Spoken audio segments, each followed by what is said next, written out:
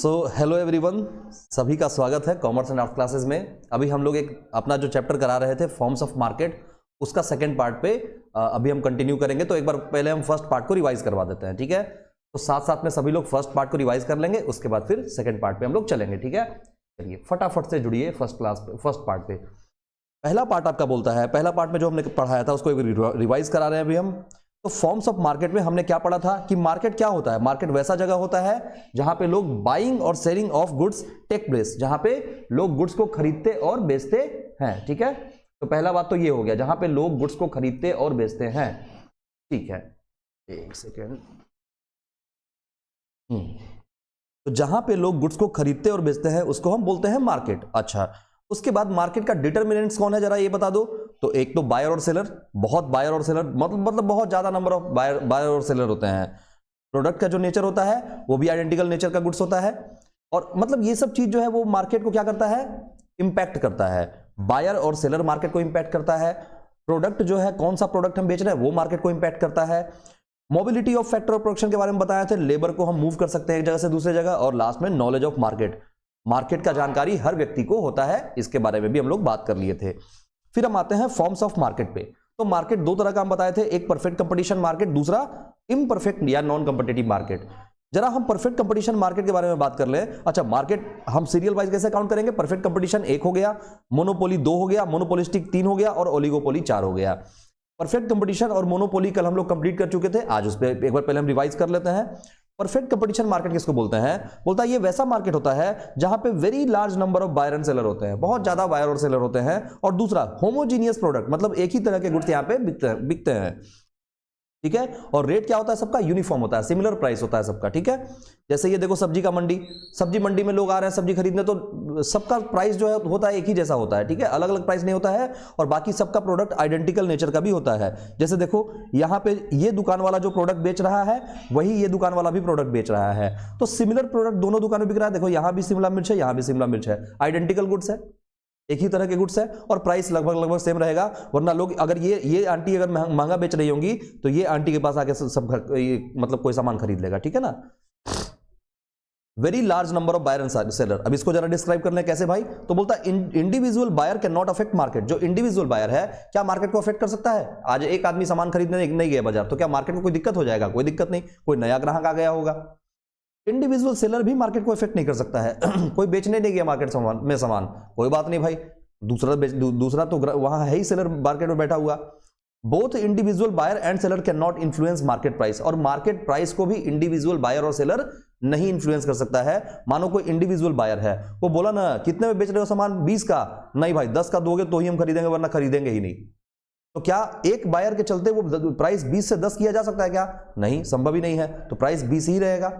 और सेलर भी अपने मन से बोलेगा कि नहीं, हम ना कोई प्रोडक्ट को आज दुनिया बेच रहा है 20 रुपए में, ना हम बेचेंगे 50 में, उसके यहाँ कोई खरीदने जाएगा ही नहीं। तो इंडिविजुअल बायर और सेलर भी मार्केट के प्राइस को इन्फ्लुएंस नहीं कर सकता है, ठीक है। उसके बाद every seller has to sell the commodity at the same price. बोलता है जो भी सेलर है वो किसी भी कमोडिटी को सेल करेगा कैसे पे, सेम प्राइस पे सेल करेगा। तो ये तो ऊपर हम देख लिए। होमोजीनियस प्रोडक्ट का मतलब क्या, identical goods having same size, colour, shape etcetera, good are perfect substitutes. क्या बोला, वही जैसे शिमला मिर्च, तो मानो शिमला मिर्च का साइज इतना बड़ा है तो इतना ही बड़ा शिमला मिर्च का साइज रहेगा ना, वो इतना बड़ा शिमला मिर्च तो नहीं आ जाएगा। तो सबका सेम शेप, साइज, सब कुछ एक जैसा होता है, इसलिए इसको परफेक्ट सब्स्टिट्यूट बोलते हैं। Therefore all the sellers have to sell the product at the same price. आगे डिस्कशन हो चुका है। Due to homogeneous product the demand curve is perfectly inelastic. Homogeneous product के चलते क्या होता है, डिमांड इनइलास्टिक होता है। यहाँ पे परफेक्टली इलास्टिक होता है डिमांड, सॉरी, परफेक्टली इलास्टिक होता है। परफेक्टली इलास्टिक का हम ग्राफ बना के बता दिए थे, कैसा होता है, प्राइस कुछ भी, प्राइस जितना है उतना ही रहेगा, क्वांटिटी चेंज हो सकता है। प्राइस जितना है उतना रहेगा, क्वांटिटी चेंज हो सकता है, और इसको परफेक्टली इलास्टिक बोलेंगे, पैरेलल टू एक्स एक्सिस। और ED is equal to infinite. ये इंपॉर्टेंट है, ये बात याद रखने का, ED is equal to infinite, ये इंपॉर्टेंट बात है, ठीक है। और पैरेलल टू एक्स एक्सिस होता है, ये भी याद रखना है, क्योंकि आगे फिर इसका एक कॉम्बो ग्राफ भी बना के हम समझा देंगे, ठीक है। जरा ये देखना, free entry and exit of firm. बोलता है यहां पे किसी का भी एंट्री और किसी का भी एग्जिट हो सकता है, किसी का कोई रिस्ट्रिक्शन नहीं है, कोई भी इस फर्म में आ सकता है, कोई भी इस फर्म से जा सकता है, ठीक है। इस पे विशेष बात नहीं करेंगे, बस इतना एक इंपॉर्टेंट बात यह है कि यहां पे लोग नॉर्मल प्रॉफिट कमाते हैं। अगर कोई गलती से एबनॉर्मल प्रॉफिट कमाना शुरू कर दिया, तो अगर मार्केट में मानो जितने कम सेलर है तो लोग एबनॉर्मल प्रॉफिट कमाएंगे, तो जैसे ही एबनॉर्मल प्रॉफिट लोग कमाएंगे तो बाकी लोग भी अट्रैक्ट होंगे कि हम भी यहां बिजनेस करते हैं। फिर वो लोग भी अपना जाके दुकान वहां पे खोलेंगे, और बाद में क्या होगा, जब वो लोग अपना दुकान खोलेंगे तो उनका मार्केट में कंपटीशन बढ़ेगा, और मार्केट में कंपटीशन बढ़ेगा तो मार्केट में सबका प्राइस कम करना पड़ेगा, और कम करना पड़ेगा तो हम नॉर्मल प्रॉफिट पे शिफ्ट हो जाएंगे। उसी तरीके से मानो कि एबनॉर्मल लॉस हो रहा था, बहुत ज्यादा सेलर था जिसके चलते लॉस हो ही नहीं रहा था, तो कुछ लोग अपना हिम्मत हार गए, अपना दुकान बंद कर दिए। जब अपना दुकान बंद किए तो क्या हुआ, फिर फिर क्या हुआ, पुराने वाले दुकानदार जब गए तो दुकानदार कम बच गए, फिर वो लोग नॉर्मल प्रॉफिट पे शिफ्ट हो गए। तो नॉर्मल प्रॉफिट ही लोग कमा पाते हैं लॉन्ग रन में, ठीक है। परफेक्ट नॉलेज ऑफ मार्केट के बारे में क्या बात किए थे, हर बायर रेशनल होता है, बुद्धिमान होता है, उसको मार्केट का नॉलेज है कि मार्केट में कोई प्रोडक्ट का प्राइस क्या हो सकता है। अगर मानो गलती से बाजार में कोई बोल देगा चीनी हम 400 रुपए केजी बेचते हैं, तो पॉसिबल ही नहीं है, कितना भी बड़ा हाईटेक सिटी हो चीनी 400 रुपए केजी हो ही नहीं सकता है। 50-100 का हो सकता है, 100 मान लो मैक्स टू मैक्स, पर उससे ज्यादा तो चीनी का प्राइस नहीं होता है अपने इंडिया में, ठीक है ना। तो हर बुद्धिमान होता है बायर, हर बायर बुद्धिमान होता है, उसको पता है कि मार्केट का रेट क्या है, ठीक है ना। परफेक्ट मोबिलिटी ऑफ फैक्टर बोलता है मूवमेंट कर सकते हो आप एक जगह से दूसरी जगह पे, किसको, लेबर को, रिसोर्सेज को, कोई रिसोर्सेज को आप एक जगह से दूसरी जगह मूवमेंट करवा सकते हो। No advertisement cost, selling cost, additional transportation cost is involve. कोई ठेला वाला जो है वो एडवर्टीजमेंट नहीं कराता, पर्ची नहीं बंटवाता है कि आज हम सब्जी बेचने वाले हैं, आप लोग आइएगा खरीदने के लिए सब्जी। तो कोई एडवर्टीजमेंट कॉस्ट यहाँ पे होता नहीं है, बस बाजार में ठेला लो, पहुंच जाओ, बिकना शुरू हो जाएगा। AR, MR and TR curve का डायग्राम देख लो एक बार जरा। टोटल रेवेन्यू ऐसे नीचे से ऊपर जाता है, AR जो है वो पैरेलल टू एक्स एक्सिस हो जाता है, ठीक है, ठीक है, और ये ग्राफ हमारा कंप्लीट इतने पे हो जाता है। 8वें नंबर पे आ जाओ जरा, industry is price maker and firm is price taker. इसके बारे में क्या बात किए थे हम लोग, हम बोले थे कि जितने भी कार की कंपनी है, सारे कंपनी को अगर मिला दें तो उसको हम ऑटोमोबाइल इंडस्ट्री बोलते हैं, और प्राइस हमेशा डिसाइड कौन करेगी, ऑटोमोबाइल इंडस्ट्री। और प्राइस अगर ऑटोमोबाइल इंडस्ट्री डिसाइड करेगी तो ये कौन हो गई, प्राइस मेकर हो गई, और इसको फॉलो अप कौन करेगा, जो कार का कंपनी है वो करेगा फॉलो अप, तो वो कौन हो गया, प्राइस टेकर हो गया। तो इंडस्ट्री प्राइस मेकर है, फर्म उसका प्राइस टेकर है। ये देखो डिमांड और सप्लाई को जहां पे मैच कर गया, वहां उस प्राइस को इंडस्ट्री ने डिसाइड कर लिया। अब सेम उसी प्राइस को फॉलो अप कौन कर लेगा, जो हमारा कंपनी है, फर्म है, वो कर लेगा उसको फॉलो अप, ठीक है। तो ये भी बात समझ में आ गया। मोनोपोली पे जरा बात करते हैं, एक हमारा खत्म हो गया, परफेक्ट कंपटीशन मार्केट खत्म हो गया। मोनोपोली पे बात करते हैं, तो मोनोपोली क्या होता है, इसका बेस्ट एग्जांपल इंडियन रेलवे है। बोलता है ये वैसा मार्केट है जहां पे सिंगल फर्म होता है जो कमोडिटी को बेचता हुआ होता है, और इसका कोई क्लोज सब्स्टिट्यूट नहीं होता है, तो इसको हाईलाइट कर देते हैं, नो क्लोज सब्स्टिट्यूट, और single firm selling the commodity, ये दोनों हाईलाइटेड पॉइंट है। उसके बाद यहां देखो ये सिंगल सेलर है, ये सारे बायर्स हैं जो इसके प्रोडक्ट को खरीद रहे हैं, ठीक है। अब सिंगल सेलर में क्या बोला कि मोनोपोली के अंदर में जो फर्म है उसके पास पूरा कंट्रोल होता है किस पे, अपने सप्लाई पे, इसलिए इसको क्या बोलते हैं हम, प्राइस मेकर बोलते हैं। जब अपने फर्म पे पूरा कंट्रोल हमारा है तो हम ही तो प्राइस मेकर है। अभी ऊपर जो एग्जांपल देखे थे परफेक्ट कंपटीशन वाले में, वहां पे ऐसा नहीं था, वहां पे प्राइस कोई और डिसाइड कर रही थी, हम तो प्राइस टेकर थे, डिसाइड कोई और कर रहा था, ऑटोमोबाइल इंडस्ट्री डिसाइड कर रहा था, लेकिन हम लोग जो फर्म वाले थे हम उसी प्राइस को फॉलो अप कर रहे थे। लेकिन यहां पे ऐसा नहीं है, यहां एक ही इंडस्ट्री है तो प्राइस बनाएगा भी वही, ठीक है, और कोई क्लोज इसका सब्स्टिट्यूट नहीं है, नो क्लोज सब्स्टिट्यूट, मतलब इसके आसपास भी कोई नहीं है जो इसको फॉलो अप कर सके। तो अपना जैसा चाहेगा प्राइस ये लोग रख सकता है, और जैसा का मतलब मनमाना प्राइस नहीं रख सकता है, वो आगे डिस्कस कर लेंगे हम लोग। तो इसलिए क्लोज सब्स्टिट्यूट नहीं है, मतलब क्या कि मोनोपोलिस्ट को कंपटीशन फेस नहीं करना पड़ता है, और इसका कोई क्लोज सब्स्टिट्यूट नहीं है किसके प्रोडक्ट का। तो इसका डिमांड कर्व जो कैसा बनेगा, डाउनवर्ड स्लोपिंग स्टीपर कर्व। तो ये भी हाईलाइटेड पॉइंट है, क्या, डाउनवर्ड स्लोपिंग स्टीपर कर्व, ठीक है। ये रहा इसका ग्राफ, ये ऐसा एकदम स्टीप बनेगा इसका ग्राफ, डिमांड का ग्राफ जो बनेगा एकदम स्टीप बनेगा, क्योंकि प्राइस को बहुत ज्यादा चेंज होने से भी क्वांटिटी पे कोई खास फर्क नहीं पड़ेगा, क्योंकि लोग इसके प्रोडक्ट को खरीदेंगे ही, प्राइस बढ़ा दो चाहे कम कर दो, खरीदेंगे ही product. Independent price policy, independent price policy का मतलब क्या, मोनोपोलिस्ट जो होता है वो क्या कर सकता है, अपने प्राइस को कभी भी इंक्रीज और डिक्रीज कर सकता है। मोनोपोली के पास ये पावर है कि अपने प्रोडक्ट के प्राइस को कभी भी बढ़ा और घटा सकता है। He has substantial control over price, और उसके पास substantial control, ये वर्ड पे फोकस करना, substantial कंट्रोल है प्राइस पे। फुल कंट्रोल को तो यहां भी हम नहीं रखे हैं, पूरा कंट्रोल तो हो ही नहीं सकता है, substantial कंट्रोल है कि आप प्राइस को कम या ज्यादा कर सकते हो। And it can exploit the buyers charging any price for its product, और बायर को आप इस चीज के लिए बोल सकते हो कि भाई आपको इतना पैसा देना पड़ेगा, कोई उपाय नहीं है, जो हम रेट डिसाइड कर दिए यही रेट रहेगा, इससे कम में हमको नुकसान हो रहा है तो हमको इतना रेट तो रखना ही पड़ेगा, एक जेन्युइन रेट रखेंगे वो। देखो पब्लिक सर्विसेज वाला जो भी चीज होता है वो जेन्युइन रेट पे ही होता है, क्योंकि अनजेन्युइन हो जाएगा तो लोग उसको यूज ही नहीं कर पाएगा, है ना। फिर जरा देखना अगला पॉइंट, प्राइस डिस्क्रिमिनेशन। तो बोलता है ये क्या है, it is a practice of charging different prices from different buyers in different market. तो ये वही वाला एग्जांपल बताए थे ना, रेलवे का डब्बा, रेलवे के डब्बे में स्लीपर क्लास भी है, जनरल क्लास भी है, first class, third class, second class, सब क्लास का एसी है, एसी वाला है, जनरल वाला है, हर क्लास का डब्बा है। अब जो जैसा, अब देखो सेम मार्केट वो ट्रेन हो गया, सेम मार्केट में डिफरेंट डिफरेंट बायर्स हैं, तो डिफरेंट डिफरेंट बायर को डिफरेंट डिफरेंट हम प्रोडक्ट बेच रहे हैं, लेकिन जो सबसे महंगा वाला प्रोडक्ट है उसके लिए बहुत कम ग्राहक होते हैं। तो ये भी बात हम लोग डिस्कस कर लिए थे। उसका जो इलास्टिसिटी होता है हायर प्राइस वाले का, वो कैसा होता है, उसका डिमांड लो होता है, जिसका मतलब डिमांड लो किसका होगा, जिसका प्राइस इलास्टिसिटी हाई है। ठीक है, पांचवें पॉइंट पे आना जरा, shape of AR, MR and TR। तो ये AR, MR, TR का स्लोप बना लिए, कैसा था ये, शेप बना लिए, ये कैसा था, टोटल रेवेन्यू पहले बढ़ेगा, फिर गिरना, फिर मैक्सिमम पे आएगा, और मैक्सिमम पे आके फिर गिरना शुरू हो जाएगा। ठीक है, तो जब तक ये बढ़ेगा तब तक MR भी MR है घटेगा, जब तक TR बढ़ता रहेगा, MR हमारा घटता रहेगा। फिर जिस समय MR जो है क्या हम बोल रहे हैं, जब तक TR बढ़ता जाएगा तब तक MR गिरता जाएगा। हाँ ठीक तो है, तब तक MR गिरता जाएगा। AR भी है जो कम होता जाएगा। MR जो है जब 0 पे आ जाएगा तो TR हमारा मैक्सिमम पे आ जाएगा, और फिर TR गिरना शुरू होगा। जब TR गिरना शुरू होगा तो MR निगेटिव चला जाता है। ठीक है ना, ऐसा पढ़े थे हम लोग, यहाँ MR का ग्राफ नहीं बनाया है, तो MR जो है वो निगेटिव में चला जाता है। ठीक है, ये एवरेज रेवेन्यू है। Monopolist can earn abnormal profit that is AR is greater than AC। बोलता है मोनोपोलिस्ट जो है वो एबनॉर्मल प्रॉफिट्स कमाता है, ये बात बिल्कुल सत्य है। ठीक है, इसलिए इसका average revenue is greater than average cost होता है। तो ये कैसा कमाता है, ये हमेशा एबनॉर्मल प्रॉफिट कमाता है। रिस्ट्रिक्टेड और very difficult to entry of new firms, नए फर्म का एंट्री जो है यहाँ पे रिस्ट्रिक्टेड है। ठीक है, डिफरेंसेस हमने देखा, डिफरेंसेस में क्या देखा, बोलता है नंबर ऑफ सेलर के बेसिस पे, तो परफेक्ट कंपटीशन में बहुत ज्यादा होते हैं सेलर्स, वेरी लार्ज। मोनोपोली में कैसे होते हैं, सिंगल होते हैं। प्रोडक्ट का अगर हम बात कर ले तो होमोजीनियस प्रोडक्ट यहां पे होता है। होमोजीनियस का मतलब क्या, एक ही तरह का प्रोडक्ट, और यहां पे क्या है, कोई इसका क्लोज सब्स्टिट्यूट नहीं है। एंट्री ऑफ फर्म पे बात कर ले अगर, तो यहां पे फ्री एंट्री है, यहां पे रिस्ट्रिक्टेड एंट्री है। उसके बाद प्राइस मेकर और टेकर पे बात कर ले, तो फर्म जो होता है वो प्राइस टेकर होता है, और यहां पे इंडस्ट्री जो होता है वो क्या होता है, मतलब इस जगह पे परफेक्ट कंपटीशन में फर्म जो है वो प्राइस टेकर होता है, उसको प्राइस जो सामने वाला ऑर्डर दिया वही प्राइस को फॉलो करना पड़ेगा। लेकिन ये मोनोपोली पे बात करें तो वो क्या होता है, प्राइस मेकर, क्योंकि एकलौता मार्केट है, प्राइस भी वही डिसाइड करेगा। AR कर्व कैसा होगा, parallel to X axis, price वहां पे क्या था, सब हर जगह पे बराबर था, क्वांटिटी चेंज हो रहा था पर प्राइस फिक्स था, इसलिए यहां पे इलास्टिसिटी ऑफ डिमांड क्या बना था, इनफाइनाइट के बराबर बना था। हाँ, तो पहले इसी पे उसके बारे में नीचे है चर्चा।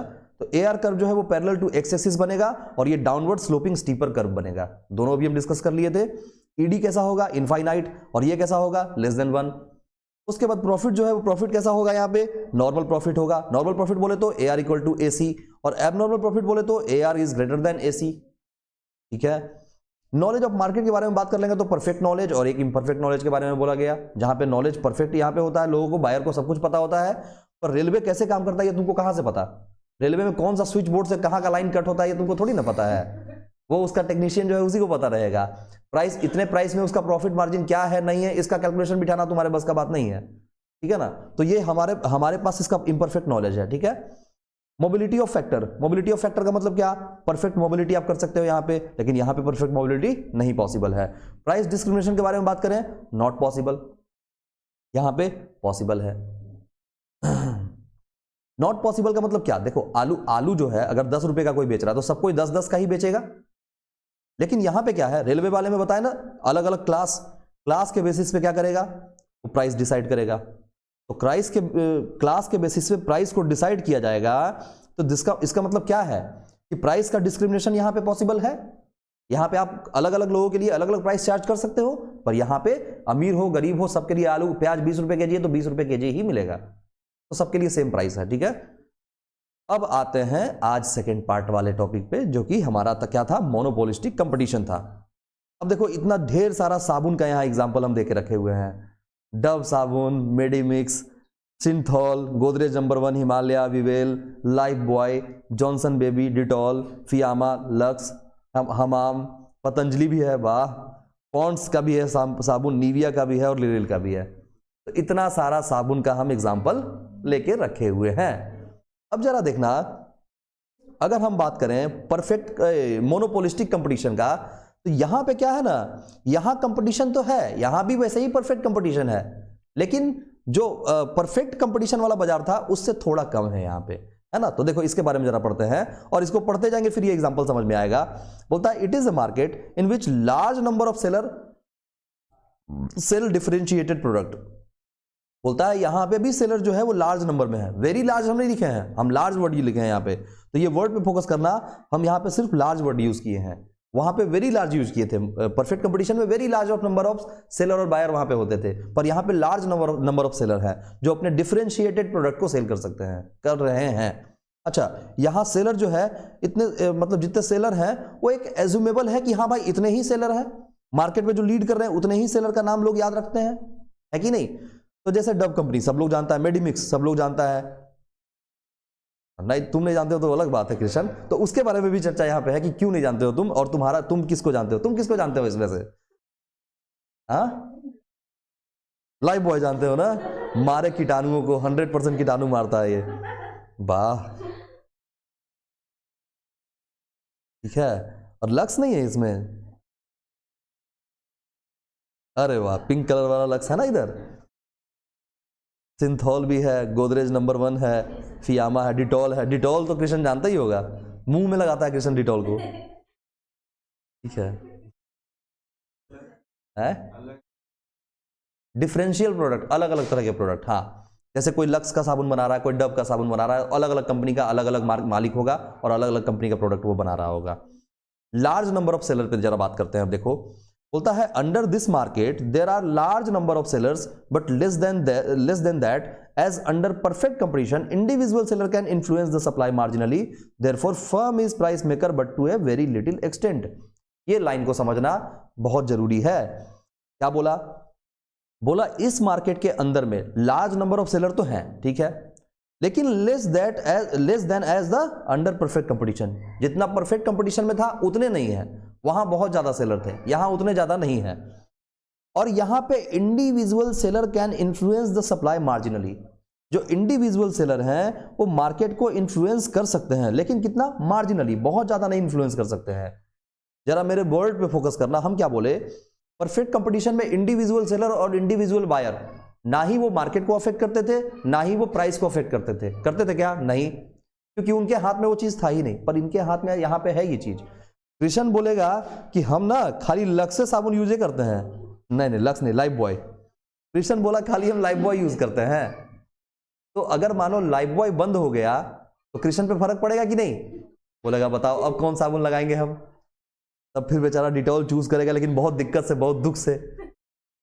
हाँ लक्स पे तो इसका ईमान आएगा ही नहीं, ना ना ना ना, ये लड़की वाला चीज है, तो लाइफ बॉय ही यूज करेगा ये, ठीक है ना। तो लाइफ बॉय को जाने से कृष्ण पे इंपैक्ट पड़ सकता है। तो जनरली क्या होता है कि यहां पे जो इंडिविजुअल सेलर है वो इन्फ्लुएंस करता है सप्लाई को, ठीक है, पर कितना इन्फ्लुएंस करता है, मार्जिनली इन्फ्लुएंस करता है, ज्यादा इन्फ्लुएंस नहीं करता है, ठीक है।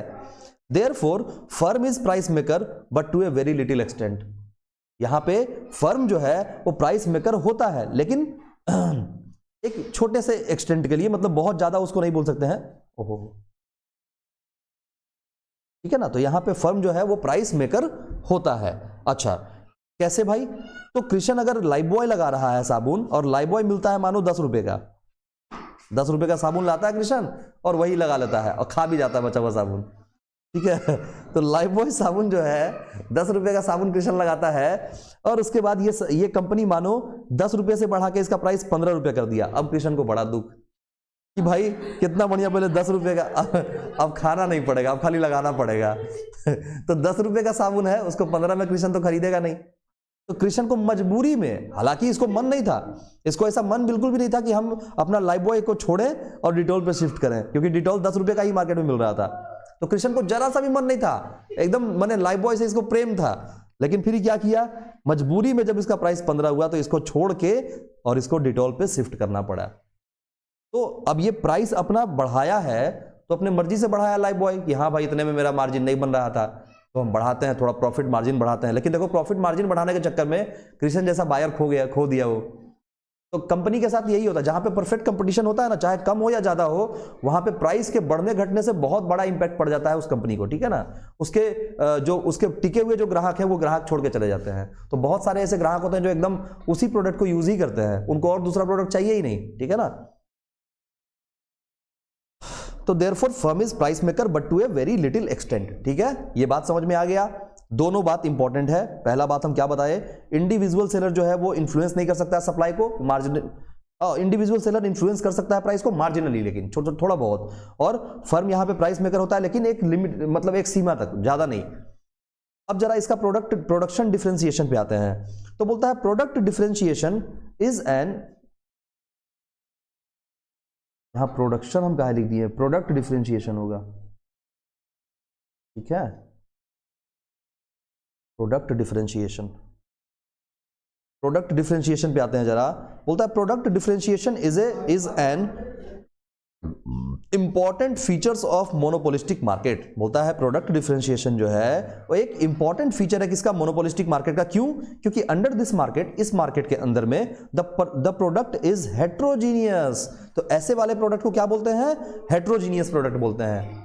जहां पे है तो सब साबुन ही है, कुछ दूसरा चीज नहीं है, पर सबका कंपनी अलग है, ब्रांड अलग है, तो है सब एक ही चीज, लेकिन सबका नाम अलग है, कंपनी अलग है, तो सबका कुछ में फ्लेवर तो नहीं बोल सकते हैं, क्या बोलेंगे, स्मेल बोल सकते हैं।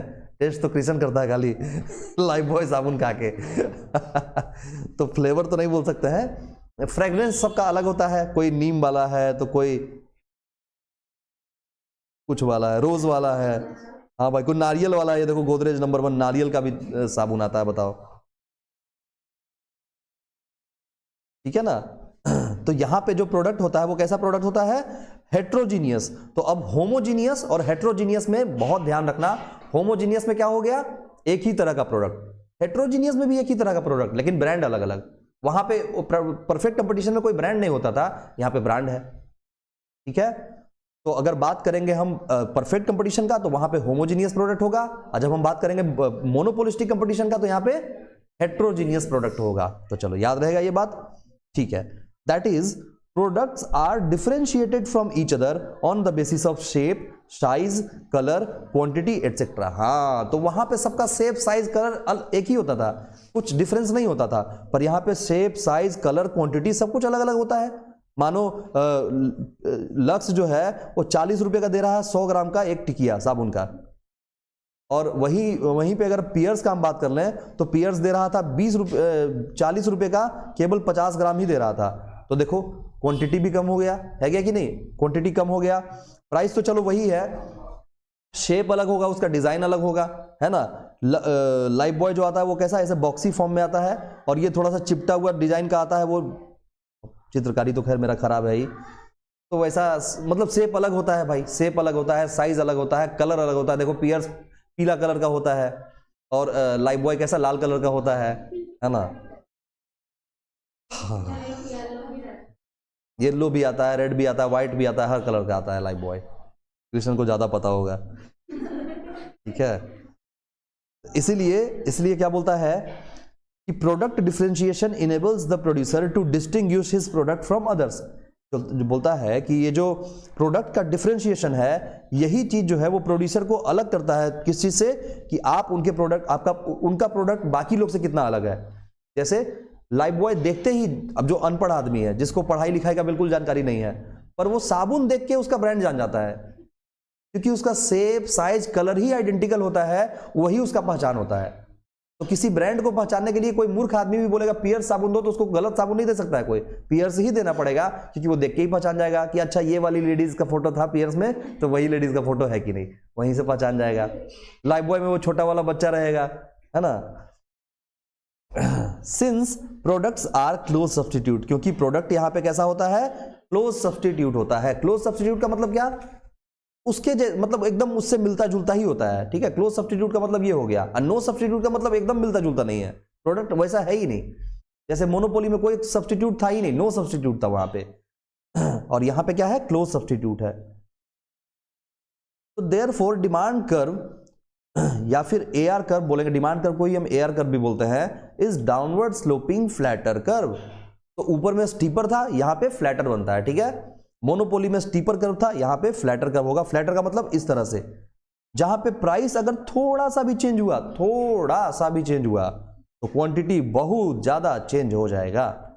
मतलब कृष्ण जैसा हजारों आदमी, लाखों आदमी था जो लाइफ बॉय को यूज करता था, 10 रुपए का खरीद के नहाता भी था, खाता भी था। लेकिन फिर क्या हुआ कि अब उसका प्राइस जैसे ही 10 से 15 पे वो शिफ्ट किया, अपना प्राइस को मानो, ये देखो 10 रुपए से 11 पे ले गया केवल, लो और कम, 10 रुपए से 11 पे लेके गया।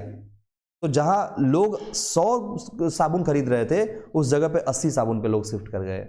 20 ग्राहक भगा दिया वो अपना, और बहुत सब्सटेंशियल ग्राहक को भगा दिया वो, ठीक है। 20% ग्राहक चला गया तो बहुत बड़ा बात होता है ये। तो इसलिए इसका कर्व जो बनेगा वो कैसा बनेगा, फ्लैटर कर्व बनेगा, डाउनवर्ड स्लोपिंग फ्लैटर कर्व बनेगा, ठीक है। और ईडी इज ग्रेटर देन 1 होगा यहाँ पे शेप। तो ऊपर में ईडी इज लेस देन 1 था, यहाँ पे ईडी इज ग्रेटर देन 1 है, और एक में ईडी इज कैसा था, इक्वल्स टू इनफाइनाइट। तो अब तो बात तुम लोग को ये पता भी हो गया कि अगर हम परफेक्ट कंपटीशन का बात कर रहे हैं तो ईडी हमारा कैसा होगा, इक्वल्स टू इनफाइनाइट। अगर हम मोनोपोली का बात कर रहे हैं तो ईडी हमारा क्या होगा, अरे वाह। और जब हम क्या बोलते हैं, परफेक्ट, अरे नाम भी तो, मोनोपोलिस्टिक, मोनोपोलिस्टिक का बात अगर हम कर रहे हैं तो यहां पे ईडी इज ग्रेटर देन 1। तो तीनों बात याद हो गया। और जरा ग्राफ के बेसिस पे बात कर लें तो एक में ग्राफ ऐसा था, दूसरे में ग्राफ एकदम ऐसा खड़ा था, और तीसरे में ग्राफ कुछ ऐसा है। चौथे पे बात कर लेंगे अभी हम। एक कैसा था, एक हो गया हमारा इसको बोलेंगे ED is equals to infinite वाला, एक हो गया ईडी इज, ये वाला क्या था, लेस देन 1 था, और ये ईडी इज ग्रेटर देन 1। तो 3 तो पढ़ लिए, ठीक है। चौथा पे आते हैं, अभी इसमें और भी है। High selling cost is involve. ऐसे प्रोडक्ट में होता क्या है ना कि सेलिंग कॉस्ट बहुत ज्यादा मात्रा में लगता है। एडवर्टीजमेंट एक्सपेंस जिसको हम बोलते हैं, वो बहुत ज्यादा are incurred at in the market. बहुत ज्यादा एडवर्टीजमेंट कॉस्ट जो है वो लगता है। अब इसमें कहने वाला बात है क्या, लाइफ बॉय मारे कीटाणुओं को 100%। डिटॉल भी मारता है कीटाणु को, लाइफ बॉय भी मारता है, पता नहीं मारता सही में कौन मारता है कीटाणु को। तब तो बोलता है एकदम हम 100%। एगो लिखता है, हाँ लाइफ बॉय बोलता है 99.9991% को कीटाणु को मारता है। 0.111 कहाँ गया, उतना छोड़ देता है वो उतना कीटाणु नहीं मारता है। हाँ 100% मारने का कैपेसिटी किसी कीटाणु को है ही, मतलब किसी कंपनी के पास है ही नहीं वो पावर। अगले पॉइंट पे आते हैं, free entry and exit of firm. तो free entry and exit of firm में सेम एज परफेक्ट कंपटीशन ही हम बोल देंगे। मतलब अगर एग्जाम में आया तो जैसे वहां लिखे हुए हो वैसे ही सेम टू सेम यहां भी कॉपी पेस्ट करना है, ठीक है। हाँ ये महानता मत दिखा के आना कि सेम एज परफेक्ट कंपटीशन ही लिख के आ गए एग्जाम में, तब तो फिर वो भी बोलेगा, आंसर देता है वो same as previous student answer, ठीक है। ऐसा नहीं चलता है, पूरा लाइन लिखना पड़ेगा जैसा परफेक्ट कंपटीशन में होता है कि कोई भी नया फर्म आ सकता है, जा सकता है, कोई रिस्ट्रिक्शन उनके ऊपर नहीं है। AR, MR and TR curve. AR, MR और TR कर्व कैसा होगा, तो ये तो पता ही है। टोटल रेवेन्यू क्या होगा, बढ़ता जाएगा, मार्जिनल रेवेन्यू क्या होगा, गिरता जाएगा। जहां पे मार्जिनल रेवेन्यू जीरो पे आएगा, टोटल रेवेन्यू हाईएस्ट पे रहेगा। जैसे ही मार्जिनल रेवेन्यू निगेटिव पे आना शुरू होगा तो टोटल रेवेन्यू गिरना शुरू हो जाएगा, ठीक है। और यहां पे AR कैसा बनेगा, इसको स्टीपर बोलते हैं कि फ्लैटर बोलते हैं, हाँ फ्लैटर बोलते हैं। स्टीपर मतलब एकदम खड़ा ढलाई, और फ्लैटर का मतलब प्यारा एकदम नॉर्मल सा ढलाई, स्कूल वाला जो बच्चा जिसपे ससरता है वैसा वाला ढलाई। हाँ फ्लैट छक्का, हाँ ठीक है। अब जरा इन दोनों के बीच में डिफरेंस देखते हैं। तो सेलर के बेसिस पे जरा डिफरेंस देख लो। परफेक्ट कंपटीशन में वेरी लार्ज था, यहां पे सिर्फ लार्ज है। देखिए इतना छोटा सा मैटर करता है, तो गलती से भी परफेक्ट कंपटीशन के आंसर लिखते समय ये मत लिख देना कि लार्ज खाली, बस गलती हो जाएगा वो, क्योंकि लार्ज जो है वो किसमें होगा, मोनोपोलिस्टिक में। यहां पे क्या होगा, वेरी लार्ज। प्रोडक्ट में अगर बात करें तो एक में होमोजीनियस, दूसरे में हेट्रोजीनियस। प्राइस मेकर और टेकर के बारे में बात करते हैं तो एक हो गया प्राइस टेकर, दूसरा हो गया प्राइस मेकर। उसके बाद AR कर्व के बारे में अगर बात कर लें तो पैरेलल टू एक्स एक्सिस, यहां डाउनवर्ड स्लोपिंग फ्लैटर कर्व।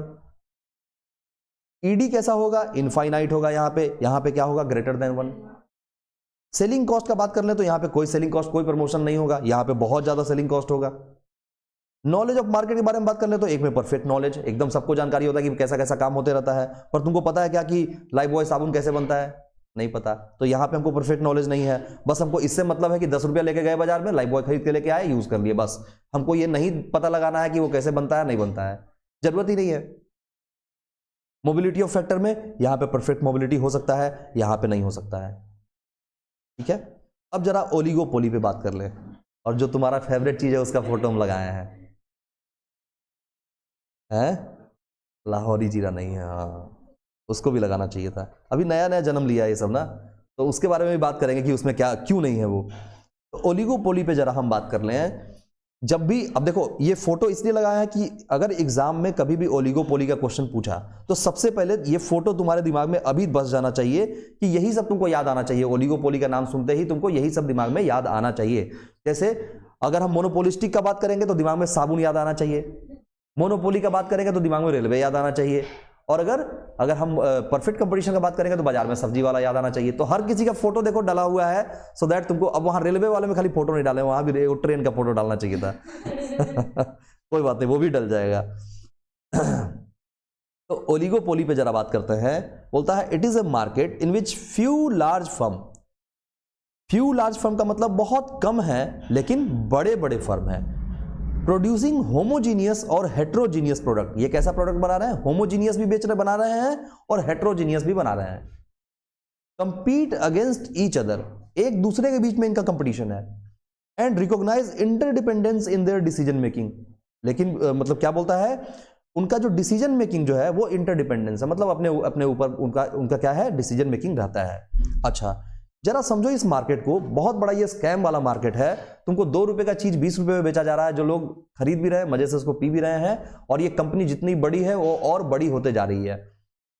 2 ही कंपनी का अगर हम नाम ले लें, एक पेप्सी और दूसरा कोका कोला, तो ये दोनों कंपनी इतना बड़ा कंपनी है जो बाकी सारे ऐसा कंपनी को ये खा जाए, इतना बड़ा कंपनी है पेप्सी और कोका कोला।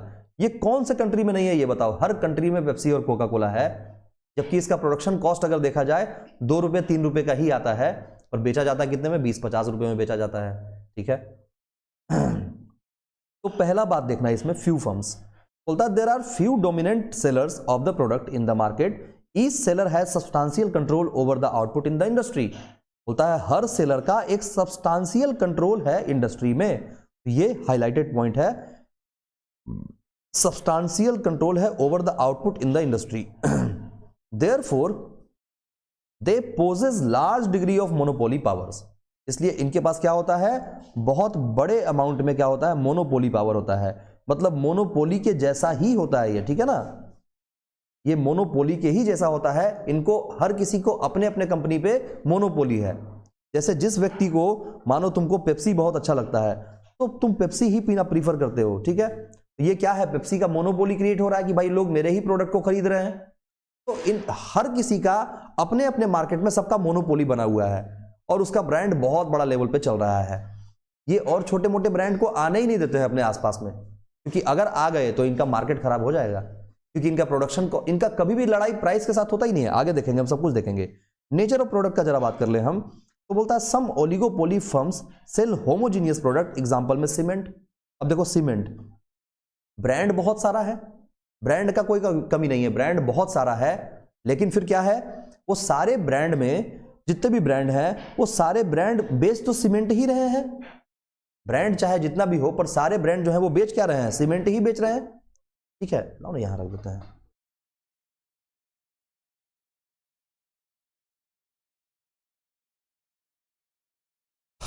हाँ, तो जितने भी ब्रांड हैं वो क्या बेच रहे हैं, सीमेंट ही बेच रहे हैं, और these are known as perfect और प्योर ओलिगोपोली।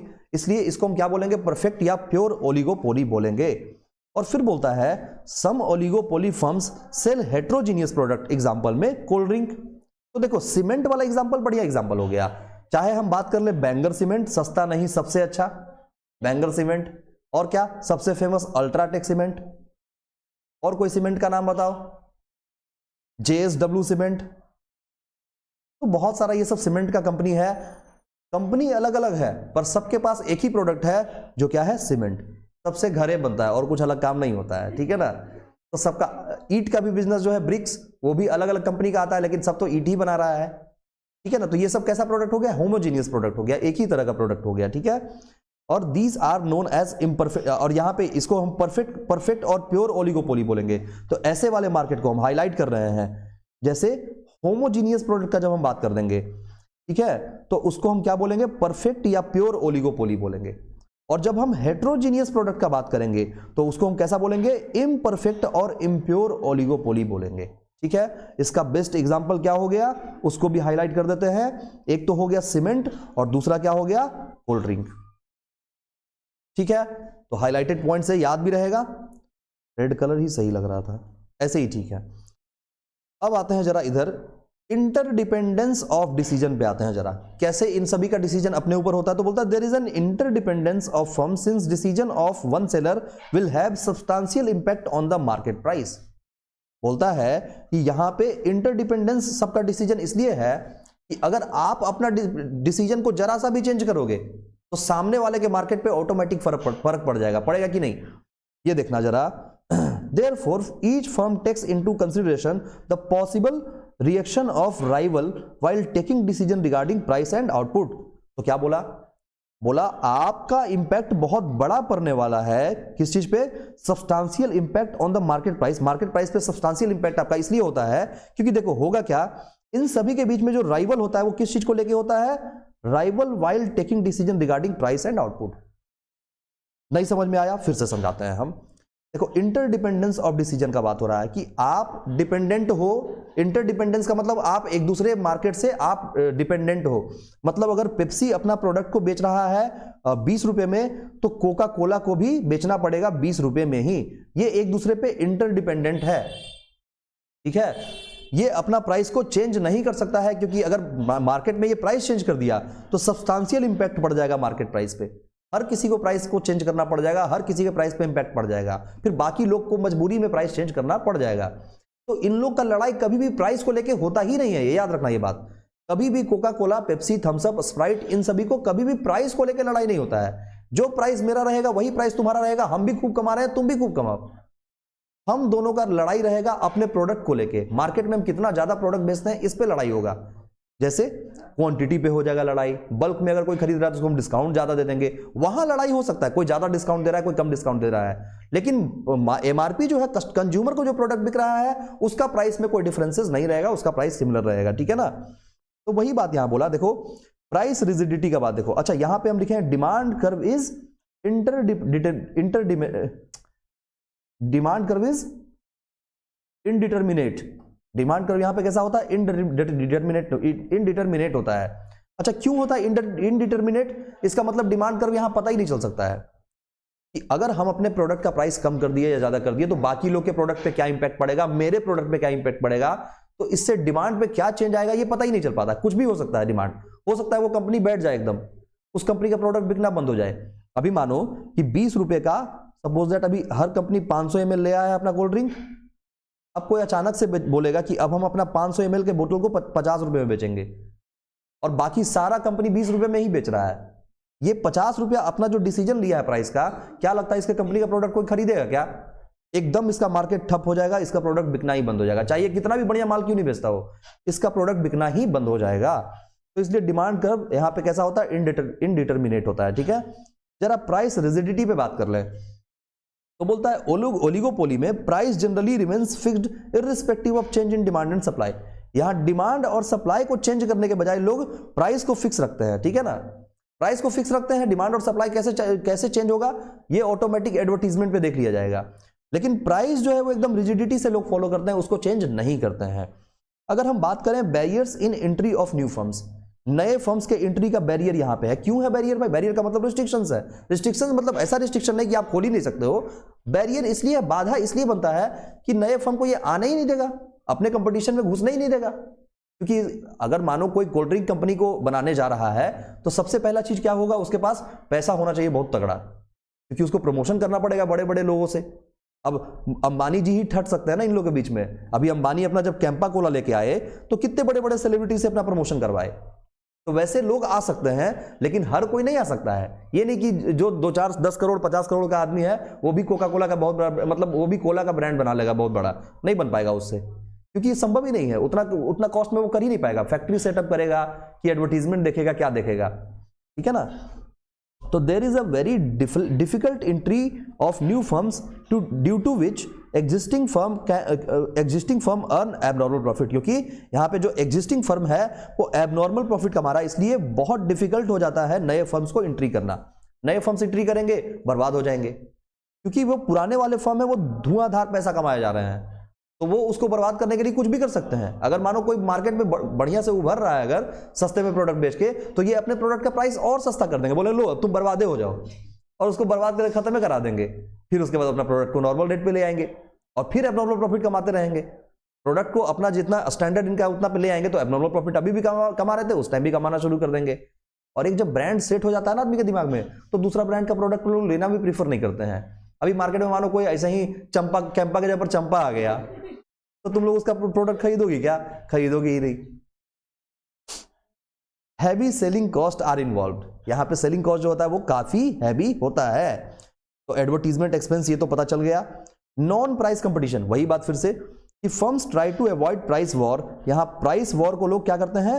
अवॉइड करते हैं, प्राइस के वॉर पे लड़ाई ही नहीं करते हैं। और and they use another methods like advertising, bulk discount, corporate offers etcetera to compete with each other. यहां पे लोग एक दूसरे से compete करने के लिए क्या करते हैं? ये सब काम किया करते हैं, जैसे बढ़िया एडवर्टीजमेंट करा दिए, बल्क लेने पे डिस्काउंट दिलवा दिए, कॉर्पोरेट ऑफर्स निकाल के लेके आए। कॉर्पोरेट ऑफर्स का मतलब जैसे बोला मैकडी वाला, मैकडी बोला कि आप हमारे यहाँ कोई प्रोडक्ट, हम यहाँ पे पिज्जा बेचेंगे ना, तो पिज्जा के साथ कॉम्प्लीमेंट्री कोक देंगे, पिज्जा के साथ कोक फ्री देंगे, या पिज्जा के साथ कोक लेने पे कुछ डिस्काउंट दे देंगे। तो ये इस जगह पे ये अपना ऑफर निकालेगा, कहाँ पे?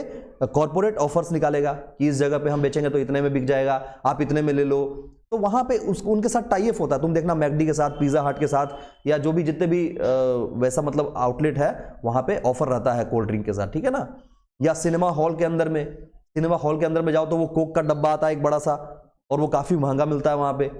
तो अब देखो वो कंपनी जो है अपना प्रोडक्ट जो है वो मल्टीप्लेक्स वाले को सस्ते में देता है, और मल्टीप्लेक्स वाला उस प्रोडक्ट को महंगे में बेचता है, फिर बहुत ज्यादा मुनाफा कमाता है, और दोनों मिलकर पैसा कमाता है, टाई अप है। और उससे ब्रांड प्रमोशन बहुत तगड़ा हो जाता है कि भाई कोक तो वहां सिनेमा मल्टीप्लेक्स में भी मिलता है, तो ब्रांड का प्रमोशन भी होता है वहां पे। तो वैसे वैसे जगह पे वो लोग क्या करते हैं? कॉर्पोरेट ऑफर्स निकाल के उनको प्रोडक्ट सेल करते हैं अपना, ठीक है। तो इसके साथ हमारा ये वाला भी पॉइंट कंप्लीट हो गया। अच्छा, जरा इसको रिवाइज करा देते हैं, ये दोनों को एक बार फिर से हम समझा देते हैं, ठीक है। किसको किसको समझा देंगे? अपना मोनोपोलिस्टिक और ओलिगोपोली को। बाकी ऊपर वाला दोनों तो कंप्लीट हो चुका है। मोनोपोलिस्टिक कंपटीशन क्या हम लोग देखे यहां पे मल्टीपल तरह का प्रोडक्ट होगा।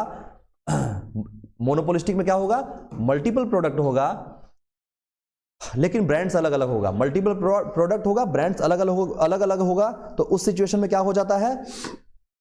सेलर यहां पे लार्ज नंबर में हो जाते हैं और अलग अलग तरह के प्रोडक्ट बेचना शुरू करते हैं, जिसके चलते क्या होता है? कंपटीशन यहां पे बिल्कुल होता है, ठीक है, कंपटीशन होता है। लेकिन इंडिविजुअल सेलर भी यहां पे क्या कर सकता है? मार्केट के मतलब सप्लाई को इन्फ्लुएंस कर सकता है, लेकिन मार्जिनली थोड़ा बहुत कर सकता है। और यहां पे फर्म जो है वो प्राइस मेकर भी होता है, अपना प्राइस खुद डिसाइड करने वाला होता है, लेकिन वो वेरी लिटिल एक्सटेंट तक, बहुत छोटा से पैमाने तक कर सकता है, वो प्राइस को चेंज कर सकता है। प्रोडक्ट डिफरेंशिएशन का बात की है तो यहां पे लोग कैसा प्रोडक्ट बेचते हैं? हेट्रोजीनियस प्रोडक्ट है साबुन, लेकिन साबुन का स्मेल अलग है, उसका मतलब फील अलग है साबुन लगाने का। कोई साबुन लगाने पे बहुत अच्छा फील होता है, कोई साबुन लगाने पे, जैसे कृष्ण को लाइफ बॉय से बहुत अच्छा फील होता है। तो हर किसी को अपना अपना साबुन के हिसाब से वो चूज कर लेते हैं कि यही हमको यूज करना है, और फिर उसका मार्केट डिमांड काफी अच्छा हो जाता है जिसने जिस साबुन को चूज कर दिया उसके हिसाब से, ठीक है।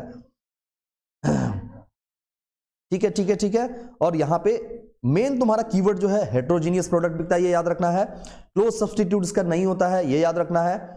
अब देखो एकदम पियर्स के ही जैसा एकदम डिट्टो साबुन तो नहीं मिलना मुश्किल है, तो इसका क्लोज सब्स्टिट्यूट जो है, सॉरी हम क्या बोल रहे हैं, क्लोज सब्स्टिट्यूट तो होता है ना, पियर्स के ही जैसा साबुन मिल जाएगा तुमको। या जैसे देखो लाइफ बॉय का कॉपी मिल जाएगा डिटॉल, तो वो भी कीटाणु मारता है, वो भी कीटाणु मारता है, ठीक है। फिर गुलाब वाला साबुन भी मिल जाएगा, ठंडो मारता है ठीक है। तो यहाँ पे डिमांड कर्व क्या हो जाएगा? डाउनवर्ड स्लोपिंग फ्लैटर कर्व हो जाएगा, ठीक है। चलो इसका ऐसा वाला शेप बन जाएगा, फ्लैटर वाला। हाई सेलिंग कॉस्ट यहाँ पे इन्वॉल्व होता है क्योंकि एडवर्टीजमेंट करवाना पड़ता है, फ्री एंट्री एग्जिट है, कोई दिक्कत नहीं है, परफेक्ट कंपटीशन के ही जैसा यहाँ पे लोग आ सकते हैं जा सकते हैं। यही चीज ओलिगोपोली में है क्या? नहीं है। ओलिगोपोली में रिस्ट्रिक्शंस है।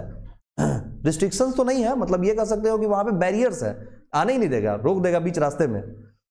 AR, MR और TR का कर्व कैसे बनता है ये हम लोग देख लिए, बाकी डिफरेंसेस हमने देख लिया। और ओलिगोपोली में हमने क्या देखे कि यहाँ पे बड़े बड़े फर्म है लेकिन बहुत कम है, जो भी है कम है पर बहुत बड़े बड़े हैं। ठीक है, बड़े बड़े फर्म है मतलब क्या, इनका सब्सटेंशियल कंट्रोल है किस पे, अपने आउटपुट पे, इंडस्ट्री में जो उनका प्रोडक्ट बिक रहा है। और ये क्या कर रहे हैं, मोनोपोली के पावर के जैसा अपना प्रोडक्ट को का पावर बना के रखे हुए हैं, मतलब इन्हीं का प्रोडक्ट मार्केट में सेल हो रहा है, एकदम खाली इन्हीं का प्रोडक्ट बिक रहा है और किसी का बिक ही नहीं रहा है। नेचर ऑफ प्रोडक्ट की अगर बात कर लें तो होमोजीनियस प्रोडक्ट जो ये है वो बेचते हैं और हेट्रोजीनियस प्रोडक्ट भी ये बेचते हैं। होमोजीनियस प्रोडक्ट का मतलब क्या, एक ही तरह के प्रोडक्ट। अब जैसे देखो सीमेंट का एग्जांपल, जहां पे मल्टीपल ब्रांड्स हैं लेकिन सीमेंट जो है सीमेंट ही रहेगा, वो चेंज थोड़ी ना हो जाएगा, सीमेंट सीमेंट ही रहेगा। लेकिन कुछ हेट्रोजीनियस प्रोडक्ट भी है, मतलब जैसे कोल्ड ड्रिंक। अब कोल्ड ड्रिंक देखो अलग अलग टेस्ट, माजा, उसके बाद लाहौरी जीरा और कौन सा लिम्का, स्प्राइट, तो सबका टेस्ट अलग है, सबका फील अलग है। तो ये कैसा प्रोडक्ट हो जाएगा, हेट्रोजीनियस। और इसको क्या बोलेंगे हम, इसको हम इम्परफेक्ट और इम्प्योर ओलिगोपोली बोलेंगे। और परफेक्ट वाले को क्या बोलते हैं, होमोजीनियस वाले को क्या बोलेंगे, परफेक्ट और प्योर ओलिगोपोली बोल देंगे। ठीक है, इंटरडिपेंडेंस का मतलब क्या, यहां पे लोग एक दूसरे के प्राइस पे डिपेंडेंट होते हैं, प्राइस को चेंज नहीं कर सकते हैं। इनका असली वॉर किसके साथ होता है, कंपटीशन होता है, अपने प्रोडक्ट को सेल करने के लिए होता है। तो बाकी उसी से रिलेटेड सब मिल जाएगा। प्राइस को रिजिडिटी से ये लोग फॉलो करते हैं, प्राइस जनरली चेंज नहीं करते हैं। Barriers in entry of new firm, नए फर्म को आने से बीच में ही रोक देते हैं, क्योंकि इतना बढ़िया हमारा मार्केट है कि तुमको बीच में आने ही नहीं देंगे। Heavy selling cost are involve, बहुत बड़ा बड़ा सेलिंग कॉस्ट यहाँ पे लगता रहता है। ठीक है ना, जैसे एडवर्टीजमेंट का एक्सपेंस, शाहरुख खान आएगा और प्रचार करेगा साबुन का, लाइव बॉय का, तब ना कृष्ण लगाता है। नन प्राइस कंपटीशन, प्राइस पे कोई लड़ाई ही नहीं है। ठीक है, तो हो गया, इतना सारा बात इसमें कंप्लीट हो गया और इसी के साथ हमारा चैप्टर भी ये समाप्त हो गया। ठीक है, हाँ, बहुत बहुत धन्यवाद सभी का। ठीक है, तो ये चैप्टर हो गया हमारा यहाँ पे समाप्त। अब हम लोग मिलेंगे अगले वाले चैप्टर में। तो इस वीडियो को देखने के लिए जो लोग देख रहे हैं उन सभी का बहुत बहुत धन्यवाद। हम लोग मिलेंगे अपने अगले वाले वीडियो में।